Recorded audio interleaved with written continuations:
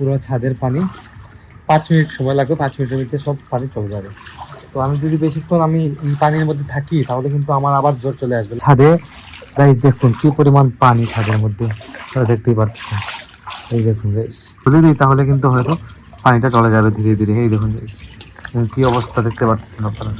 যদি না কাটে কিন্তু ছাদের অবস্থা 12টা বেজে যাবে কিন্তু আমাদের। কিরকম আওয়াজ হচ্ছে গাইস, আওয়াজটা আপনারা শুনতে পাচ্ছেন হয়তো। ওটা বলছে লাইটটা জ্বালায় রাখেন, কিন্তু লাইট জ্বালাবে না। ওই দেখুন কি করে কথা বলে লাভ না, কথা জবার্তা কিছু ছিল না। এই দেখুন ওর জন্য এক কাপ, আমার জন্য এক কাপ কফি বানাইলাম। দিন শেষে বিকেলে দেখুন আমার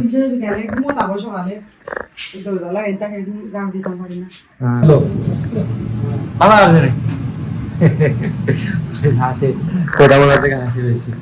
পাতা টাতা ইয়ে মানে জমিয়া জাম হয়ে গেছিল, রাস্তার সাদ পুরা পানি আর পানি। Hello everyone, welcome to my new blog. কেমন আছেন সবাই? আই হোপ সবাই ভালো আছেন, আমিও ভালো আছি। তো আজকের ব্লগটির ইন্ট্রো নিচ্ছি আমি আমাদের ছাদ থেকে। তো আজকে এত বৃষ্টি হয়েছে যে দেখুন আমাদের ছাদের অবস্থা। আমাদের পুরোটা ছাদ দেখুন একদম পানিতে ভরে আছে। এই দেখুন আমার পা দিকে চাইলেই আপনাদের দেখতে পারতেছেন, দেখুন কি পরিমাণ পানি পুরোটা ছাদের মধ্যে। তো ছাদের পানিগুলো গাইস কাটতেছে না, এটা বোঝা যাচ্ছে। আমি হঠাৎ করে আসলাম ছাদে, আমি দেখলাম দোকান থেকে আসার সময় যে চারদিকে শুধু পানি আর পানি, রাস্তাঘাট একদম ভরে গেছে পানি, এত বৃষ্টি হয়েছে। তো ভাবলাম যে হয়তো আমাদের ছাদেরও এই অবস্থা হবে। তো ছাদে গাইস দেখুন কি পরিমাণ পানি ছাদের মধ্যে, আপনারা দেখতেই পাচ্ছেন।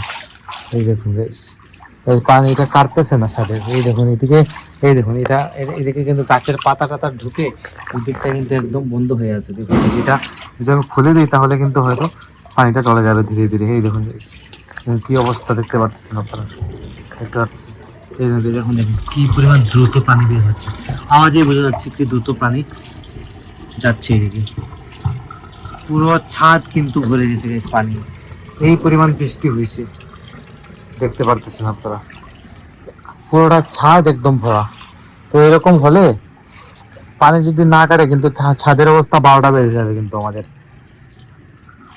কিরকম আওয়াজ হচ্ছে গাইজ, আওয়াজটা আপনারা শুনতে পাচ্ছেন হয়তো। এখন কিন্তু ফুল স্পিডে পানিটা নেমে যাচ্ছে, গাছের পাতা টাতা গিয়ে একদম এই ছাকনিটা ব্লক করে দিয়েছিল। এখন খুলে দিলাম, এখন পুরো ছাদের পানি 5 মিনিট সময় লাগবে, 5 মিনিটের মধ্যে সব পানি চলে যাবে। তো আমি যদি বেশিক্ষণ আমি পানির মধ্যে থাকি তাহলে কিন্তু আমার আবার জ্বর চলে আসবে। লাস্ট ব্লগে দেখেছিলেন আপনারা, গত পরশুদিন রাত্রে থেকে প্রচন্ড জ্বর ছিল। যদি আজকে সকালে ঘুম থেকে উঠে দেখলাম যে ভালো লাগতেছে, যদি আরো বেশিক্ষণ থাকি তাহলে কিন্তু আমার আবার জ্বর চলে আসবে। তো এই পানিটা তো গাইস বের করে যেতে হবে আমার এখান থেকে।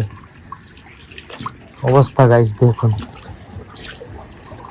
দেখুন এদিকে যদি আবার যদি পাতা জমে থাকে তাহলে কিন্তু আবার পানিটা আবার ব্লক হয়ে যাবে। যাই হোক, তো অনেক বৃষ্টি হয়েছে, এখন বৃষ্টি থামছে, থামার কারণে আমি একটু ছাদে আসলাম। তবে আশা করতেছি আরো বৃষ্টি হবে। তবে বৃষ্টি হলে ভালো হয় গাইস, এই গরমের থেকে বৃষ্টিটা কিন্তু বেস্ট আমি মনে করি। আর ছাদের অবস্থা তো জানেনই গাইস, কি পরিমাণ গাছ গাছালি ছাদের মধ্যে, আপনারা জানেন। তো ভালো লাগে কিন্তু এটা এটা আমার মায়ের শখ ছিল, আমার মায়ের শখের গাছপালাগুলা আমি প্রতি ব্লগে আপনাদের সাথে শেয়ার করি, প্রতি ব্লগে আপনাদেরকে বলি, ছাদে আসলেই অ্যাটলিস্ট বলি আপনাদেরকে। তো আমি আর কিছুক্ষণ আছি, এই পানিটা একদম বের করে দিয়ে নিচে চলে যাবো। আর নিচে গিয়ে কি করবো ভাই, সবাই ঘুমাইতেছেন। আজকে আবার দাদুশির পান্না ছিল, তো মা সকালবেলা গোপালকে ভোগ রোগ দিয়ে পান্না টান্না করে ঘুমিয়ে পড়েছেন। মা গাইস খুব বেশি টায়ার্ড, খুব সকাল উঠতে হয়, তো আমার লেট নাইটও ঘুমাতে হয়। এদিকে ভাই তো আর ঘুমাইতেছে, বাবা আছেন দোকানে।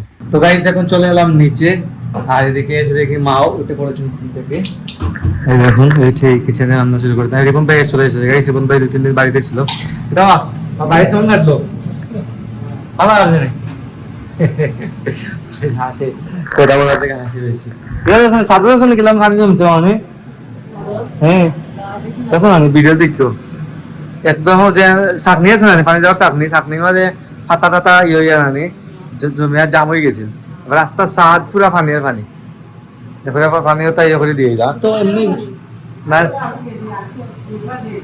দুইবার, ও গাইস রিপন ভাই বলতেছে যে 2বার ক্লিন করে দিয়ে আসছে তারপরও ভরছে, মানে প্রয়োজন কি পরিমাণ বৃষ্টি হয়েছে, বৃষ্টির কারণে পুরো ছাদ ভরে যেত। যদি আবার যদি ক্লিন না করবে রিপন ভাই, আমি তো জানতাম না রিপন ভাই ক্লিন করে দিয়েছে, তখন বলতেছে রিপন ভাই ক্লিন করে আসছে। যাই হোক, তো এদিকে আমার জন্য মা ডিম ভাজি করতেছেন, আমি বলছি যে ডিম একটা ভাজি করে দেওয়ার জন্য খাবো, তাই ডিম ভাজি করতেছেন আমার জন্য আর স্বাক্ষরের জন্য, মনে হয় স্বাক্ষর দেবো তাই। তাই আমার জন্য আর স্বাক্ষরের জন্য ডিম ভাজি করতেছে। স্বাক্ষর এই মাত্র গেছে শাওয়ার নিতে, ও শাওয়ার নিয়ে আসবে, দেন খাওয়া দাওয়া করবো দুই ভাই একসাথে। গাইজ আমার খাবার রেডি, আর আজকে আমার খাবারে দেখুন কি আলু ভাজি আর ডিম ভাজি আর ভাত, আর সাথে বোধহয় ডাল আছে, লিকুইড ডাল নি কোনে। ও গাইজ দেখুন মা লিকুইড ডাল নিয়ে আসছেন। ও গাইজ এটা ডিমের নিচে বোধহয় লাউ ভাজি আছে। তো এগুলা দিয়ে আজকে খেয়ে নিব, বিশেষ আজকে সব ভাজি করা দিয়ে খাওয়া। তো গাইজ এদিকে সারাদিনে এখন কিন্তু বৃষ্টিটা থামলো, এখন খুবই ভালো লাগতেছে, কিন্তু বৃষ্টির সময় রোদ উঠেছে এখন। তো রোদ এখন উঠে কি করবে গাইজ, একটু পরে সন্ধ্যা হয়ে যাবে। আর এদিকে দেখুন আমার রুম মা গুছাইতে আসছেন এখন, সারাদিন শেষে বিকেলে দেখুন আমার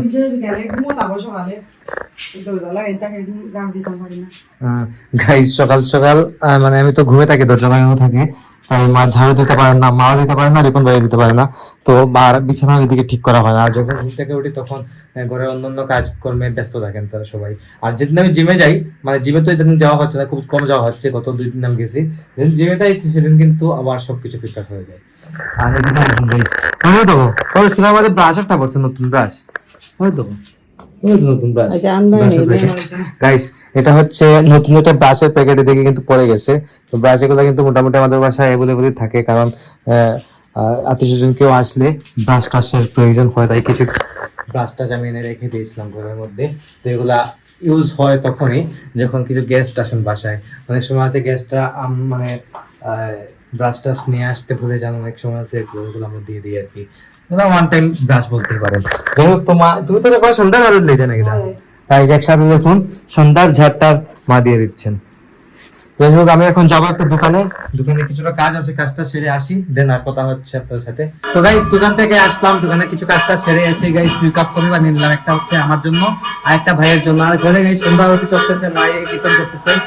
তো যাই হোক, দেখে ভাইকে এসে বলছিলাম খাবে কিনা, বলতেছে খাবে, মা কীর্তন করতেছে একা একা গাইস, কীর্তন করে। দেখুন ভাইয়ের রুম অন্ধকার, এই তোর রুম অন্ধকার নেই গাইস, দেখুন ওর রুম কি অন্ধকার। দেখুন আমি কফি নিয়ে এসেছি, ওটা বলছে লাইটটা জ্বালায় রাখে, কিন্তু লাইট জ্বালাবে না। ওই দেখুন কি করে,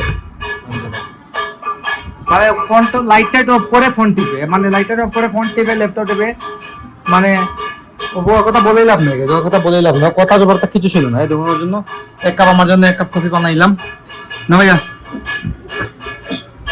গাইস বাইরে থেকে মায়ের কীর্তনের আওয়াজ আসতেছে, একটু লাগাই দিই।